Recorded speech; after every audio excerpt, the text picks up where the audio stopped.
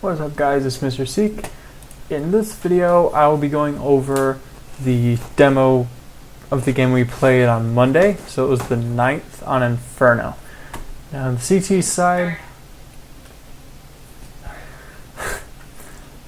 the wife is mocking how I said Inferno. Anyway, so we started on CT side. We got 7 rounds, not bad. Though there really wasn't much to talk about because we just got wrecked by the guy Zhao on the other team. Other than that, their team is trash and couldn't get anything done.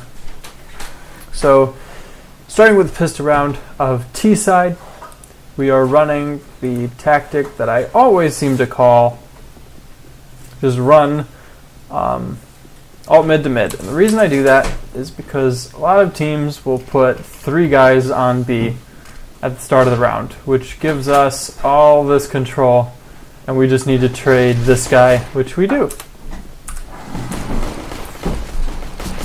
I felt the need to defend myself, or defend my calls. Salami gets a nice kill on the apartments guy, but we don't watch my back as I'm planting.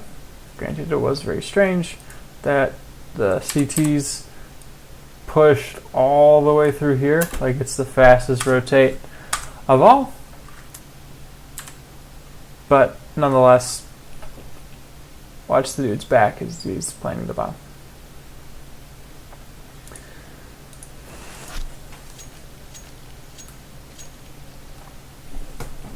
So we lost the pistol round.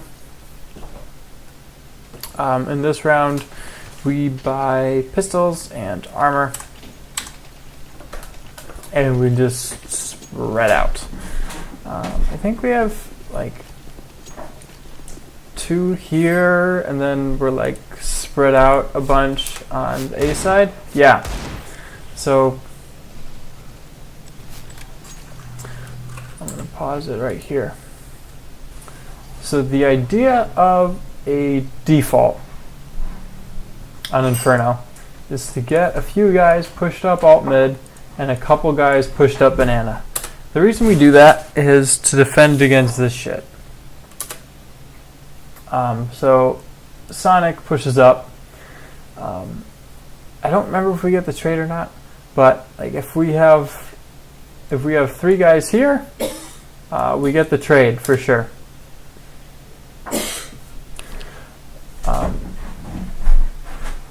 But what we didn't do that round is we were not prepared for the banana push. Seek was up here. Daff was still back here.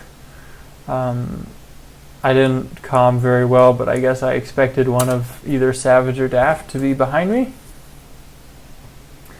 And the counter to this is when they do push up, even if they get the kills, we just send like the call here is if our guys are pushed up in this area and they push banana, it's like, okay, I'm gonna go here.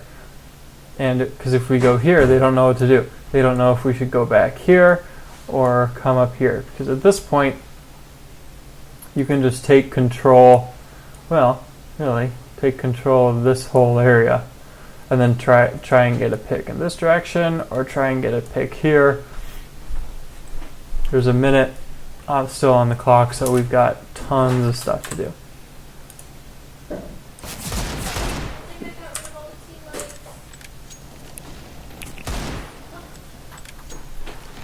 Or Savage can just kill everyone. That is also an option. And O-Town and Salami, did like responded properly, pushed into A, got the bomb down. Exactly what we should do. I think we even win the round. This is great for Nico. We really money fuck him. So next round, let's watch Daff. So you do very similar things. The CTs, they pushed everything for the first half of this game. Late in the game, they got super passive. It was kind of weird. So at this point we've got 3 terrorists on B and only 1 O-Town on A. Makes me really nervous. I don't like that.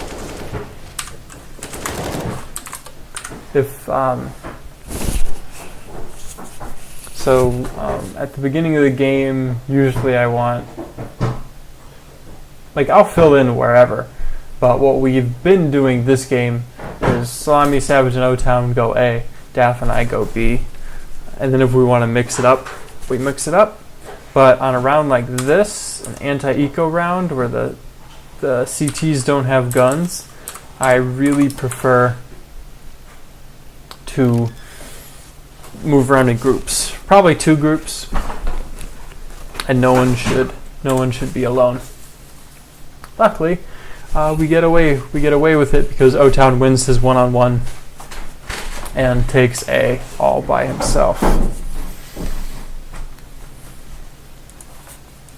So I'm going to fast forward a whole bunch of rounds where not a lot happens. Let's see, round 10 or 11. Let's do 11. So this is the last one. Yeah, this is the last concept I want to talk about. And the concept is pushing apartments alone. We get in trouble doing this. When we take apartments together, we get picks because the CTs like to push up and push up. So we get lots of picks. So at this point, Seek's watching through mid. Gets a kill. Perfectly reasonable play from Savage, especially with a shotgun to get into bedrooms. The problem is that O-Town goes mid. What I would prefer is if you're gonna go apps, O-Town, go up here. I know, I've seen you do it a lot. You play this area a lot during this game. The reason is because Savage can get in here by himself pretty easily. He can take any one-on-one with this. But as soon as Savage comes down this hallway, he's in danger from here, here, and here. Mostly these 2 angles. But the point is he can't clear them both at the same time. So if you're going to take apps, have O-Town here to help you, just to help you clear it out. Luckily, Savage, you get the entry. But then when O-Town dies coming up mid, there's no way that you can trade him. And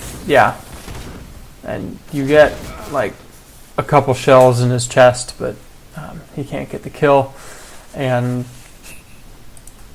this, whoever it is, Jonesy guy, gets a nice kill on me as well, and then we don't have bomb, and it's a 3v2, and it's a problem. Make that a 1v3. Last round I want to talk about is a similar scenario. This time I'm going to watch O-Town. It's a case study in the horrors of pushing apartments solo. Pretty much don't ever want to do it. Not at the beginning of the round. Late round you can get away with a whole lot because people do weird shit. Good molly. You push back the boiler guy. The problem, you peek the CT as he's holding this angle. Normally what you would do, not a bad play up until here, right at the bottom of the stairs, but then you peeked.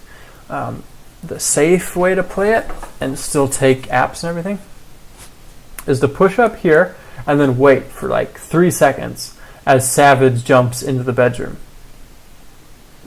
Then what happens is, there's this smoke here that you do kind of have to wait for, but I'm confident that 75% of the time Savage is going to kill this player.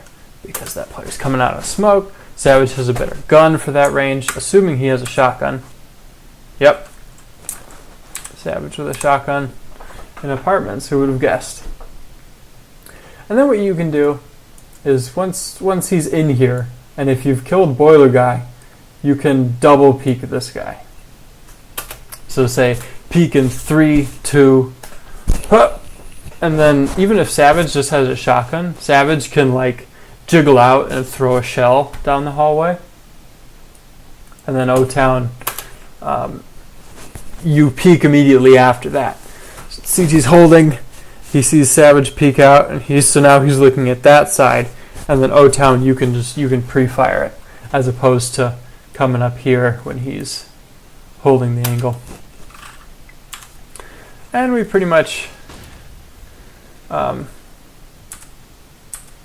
threw that round away, because like before we know it, CTs have bomb control and it's a 5v2. Alright, so what did we learn? There are a few things that we learned. First thing is what did we learn today? Sorry, you're doing a great job. The wife thinks I'm hilarious. I'm sorry. You're doing great. She's back there, but there